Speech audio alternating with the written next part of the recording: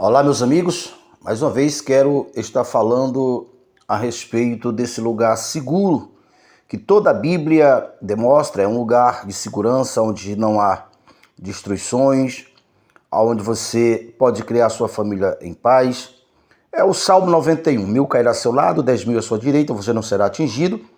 Não tem que temer espanto noturno, nem seta que voa ao meu dia, porque quando você está escondido ou guardado, protegido na sombra do Onipotente, lá você está seguro. Esse local está descrito ali em Hebreus 4, né? Tem um lugar de descanso, um lugar seguro, e ali tem muitas orientações e muitas correções também para que nós não negligenciamos e deixarmos de entrar nesse lugar seguro, como os israelitas muito não entraram na terra prometida por causa da sua desobediência contra a palavra. Então, esse local seguro, ele existe e você alcança pela fé.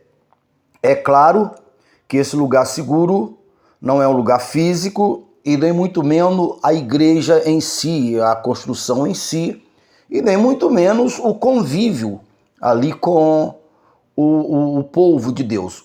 O convívio com o povo de Deus, o convívio com os irmãos, o propósito de Deus é exatamente ajudar os novos a se ajustarem, a se disciplinar, porque o céu sabe que todo verbo se fará carne. Tudo aquilo que é nossa consciência de ser, as nossas crenças, o nosso jeito de falar, de pensar, amanhã se tornará carne, sangue, pele e ossos. Eu sou aquilo, amanhã eu sou aquilo que eu creio hoje, né? É um processo contínuo. Então, se nós fomos formados pelo pecado, pelo erro, então toda a nossa conexão, todos os nossos estímulos, todo o poder magnético irá nos impulsionar para o erro, irá nos impulsionar para o pecado. E é o que a Bíblia chama de carne. Há uma guerra contínua da carne contra o espírito, em Gálatas capítulo 5, a partir do verso 16, em Romanos capítulo 8, a partir do verso 4 em diante, e ambas as passagens é muito claro, quem anda na carne, esse não é filho de Deus. Então o propósito do convívio com a igreja, o propósito é exatamente isso, esse. Mas para que o céu alcance o propósito, que a igreja foi formada para isso, a igreja, no seu modo geral, começando pelas suas lideranças, tem que alcançar esse ponto de justiça, que o reino de Deus é essa justiça. Porque a igreja é uma base do céu na terra. Pai nosso que está no céu, santificado seja o vosso nome, venha a nós o vosso reino, seja feita a vossa vontade aqui na terra como no céu. Então esse é o propósito da igreja, no convívio em si. Um grupo que entenderam e se corrigiram, e agora, obviamente, esse grupo vai ter um poder sobre suas vidas, suas presenças físicas, suas palavras, porque eles foram formados pelo princípio de Deus, assim como Jesus. No princípio era a palavra, e a palavra estava com Deus, e a palavra era Deus, e o verbo se fez carne e habitou conosco. Então, várias pessoas formadas dessa essência do céu, aquele ambiente torna-se o céu. Então, ver uma pessoa de fora todo deformado, porque foi formado do pecado, com seus erros, com sua maneira de ser, de acreditar e também das suas maldições e o sofrimento, a dor. Então ele ouviu falar da palavra, né? Dentre elas, vinde a mim todos os que estáis cansados, sobrecarregados, oprimidos, que eu vos aliviarei. Tomai sobre vós o meu jugo, porque o meu jugo não é pesado, é suave, né? Pesado é morrer agonizando, né, de uma doença mortal, de opressão, depressão, e pior do que isso é ir para o outro lado, a morte eterna. Então isso é pesado. Então Jesus disse, o meu fardo é leve e suave. Então agora aprender o que e de quem? Aprender com aqueles que estão ali, que já foram regenerados, que têm nos seus hábitos, nos seus comportamentos, nas suas crenças, a verdade do céu, a essência do céu. Então esse indivíduo vai ser formado, sim, dentro dessa essência. Porém, se essa igreja ela está deformada, a pessoa vai sair de um lugar contaminado para vir para outro lugar contaminado, e muitas vezes a vida da pessoa até piora, né? Então, a igreja, o papel da igreja no convívio é isso, né? Além de estar pregando, levando a oportunidade, o evangelho é o poder de Deus, mas agora, a partir que uma pessoa venha para o convívio, essa pessoa se ajuste correto como o céu. É aquilo que João falou na sua carta. Olha, o que eu passo para vocês não é nada novo, eu passo para vocês o que Jesus passou para mim. E o que Jesus passou para mim veio do Pai. Então, independente quantos anos, 1000 anos depois, os que serão salvos só serão salvos se tiverem aquela mesma essência, o mesmo Espírito, que tem em vós o mesmo Espírito. Então, esse lugar seguro é, obviamente, esse convívio ali no meio, que tem uma força poderosa que blinda as pessoas dos males que vêm de fora, porque o poder é o poder da luz, onde a luz está, desfaz as trevas, é o poder de Deus que está ali, poder que já ressuscitou, já venceu até a morte. Então, esse é o lugar seguro. Esse é o lugar seguro. Agora, eu quero que vocês procurem entender e compreender e medite mesmo, medite no que eu vou falar. Não creia apenas porque eu tô falando. Então, repito, independente de quantos anos ou 1000 anos depois que Jesus, que foi a imagem visível de Deus, que é invisível, ele Jesus foi a imagem exata de Deus, e ele, Jesus, é a maior autoridade na terra, por ser ele o nascido de novo. Antes de Jesus ser a maior autoridade do mundo era Satanás. Então nós estávamos presos dentro dessa bolha da morte, dentro dessa confusão, um local fechado, nós não podíamos sair preso em um corpo, e não tinha a menor chance de nós sairmos daqui, porque o governador, o rei absoluto era Satanás. Então a força de Satanás, a força espiritual, é o suficiente, não tinha no mundo quem saísse por si só. Então, Satanás, um anjo. Então, quando uma pessoa nasce de novo, essa pessoa é a maior autoridade. Antes de Jesus vir à Terra, não existia essa pessoa. E antes de Jesus morrer na cruz e ressuscitar, não podia alguém nascer de novo. Portanto, não podia alguém ser maior do que Satanás. Portanto, não tinha como ser salvo. Mas quando uma pessoa nasce de novo, ela é superior a Satanás. Ela é a maior autoridade.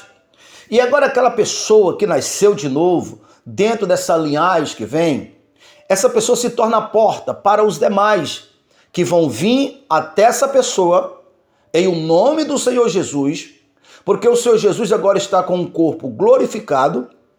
Então, se o Senhor Jesus viesse hoje com o corpo glorificado e alguém dissesse assim, eu quero aceitar Jesus, eu quero aceitar Jesus como Salvador, eu quero ir para o reino do céu, eu quero ir para o lugar seguro, Jesus com certeza ia procure um pastor que tenha carne e sangue e ele vai orar por você. Eu tenho certeza absoluta que Jesus mesmo não orava, porque Jesus não quebra regra. E aqui no campo, aqui de baixo, a maior autoridade é o homem nascido de Deus, é o homem regenerado, o homem que foi formado na sua essência pelo Espírito Santo de Deus, pelo Espírito da palavra, da verdade, da justiça. Então, porque se quebrar essa hierarquia, não tem ninguém que seja salvo, porque se quebrar essa hierarquia, a maior autoridade é Satanás, que é Espírito. Satanás só não é autoridade sobre aqueles que foram regenerados, mas que têm carne e sangue. Né? Jesus veio, morreu como homem, para libertar todos, tirar todos que estavam apavorados com medo da morte, com medo de Satanás, que subjugou toda a humanidade, toda a natureza humana. Está lá em Hebreus 2, verso 14. Jesus nos resgatou debaixo da opressão da morte. E ele, Jesus, levou muitos filhos à glória. Agora, esses filhos regenerados são os pastores, as autoridades, que não é autoridade apenas porque tem, digamos assim, porque fizeram um curso, porque tem um diploma, porque tem teologia. Não, isso pode até cooperar na hora de entender a natureza humana, entender as coisas, e ajuda sim, mas isso por si só não assegura a unção que quebra julgo, não assegura essa pessoa ser autoridade. Agora vamos lá para o ponto que eu quero que vocês entendam. Veja, o começo da rebelião e do caos foi quando alguém resistiu a uma autoridade, desacatou a autoridade, discordou com a autoridade, julgou com pouca atenção, com pouco desprezo a autoridade, que foi Satanás, fez isso com Deus. Ele fez isso lá no reino dos céus, de onde ele foi lançado para a terra, e fez isso com Eva e Adão, colocou em dúvida a palavra de Deus. Então o caos começou ali. Então vamos lá. Agora, aqueles que Deus ungiu, que estão aqui de corpo e sangue, com essa autoridade, com essa consciência ativada, veja só, um dos papéis que ele tem, se ele de fato tem revelação do céu, ele vai saber que a condição para ele incluir alguém, orar por alguém, é que essa pessoa não tenha nela os comportamentos similares do que Satanás teve. Porque antes de ter o caos, começou o caos por causa de uma rebelião. Então, a unção, ela é uma arma, ela é uma potência, ela quebra o jugo, ela anula a condenação, a maldição vinda até ali e torna essa pessoa eterna. Vamos pensar. Agora eu tenho a unção, aí uma pessoa me resiste, uma pessoa não leva a sério as coisas que eu falo a respeito do reino, eu me dedico nas coisas do reino, eu sou uma pessoa que me esforço tudo que eu posso para dar um bom testemunho, eu abri mão de tudo que eu poderia ser nessa vida e me dediquei ao reino com zelo. Aí alguém não leva isso em consideração, não respeita, despreza, e eu acho que se eu orar por essa pessoa, ligando essa pessoa, Deus vai concordar, Deus vai aceitar, porque tem que ter o testemunho de Deus, o testemunho do Espírito. Você acha que essa pessoa vai ser ligada para entrar para o lugar seguro, para o lugar que ela vai ser eterna, para eternizar o erro, para eternizar o mau comportamento que ela tem? De jeito nenhum. Quando Adão saiu do paraíso, a primeira coisa que Deus fez foi colocar 2 anjos poderosos na porta, responsável pela porta do paraíso, exatamente para não permitir que o rebelde Adão e Eva e sua descendência comessem da árvore da vida e assim eternizasse o mal, eternizasse a morte, eternizasse, sabe, aquele comportamento reprovado por Deus. Então, abençoar uma pessoa que demonstra qualquer tipo de resistência é o mesmo que dá uma arma poderosa para alguém que vai guerrear contra a sua própria cabeça. É o galho da árvore guerreando contra o seu tronco. Não tem sentido. Então, para entrar nesse lugar seguro, a condição é que ouça a palavra de Deus, creia na palavra de Deus e respeite os seus ungidos. Agora, é bem verdade que a Bíblia nos orienta, a Bíblia diz assim: obedecei vossos pastores, porque ele vela pelas vossas almas. O mesmo princípio que lá no começo, filho, obedecei pai e mãe, para que vivas. Mas a mesma Bíblia que em Hebreus 13, onde fala, Hebreus 13, verso 7 diz: obedecei vossos pastores, porque ele vela pelas vossas almas, também diz: atentai para o seu modo de vida, atentai, ver se de fato ele tem um viver de acordo com os ensinamentos da palavra. Você está livre para fazer isso, entende isso? Mas você precisa entender que o reino de Deus é um reino de ordem, um reino de justiça, um reino de verdade e um reino edificado, equilibrado e um reino real, um reino que nós aqui estamos sendo convidados a alcançá-lo com um corpo glorificado, com a vida eterna.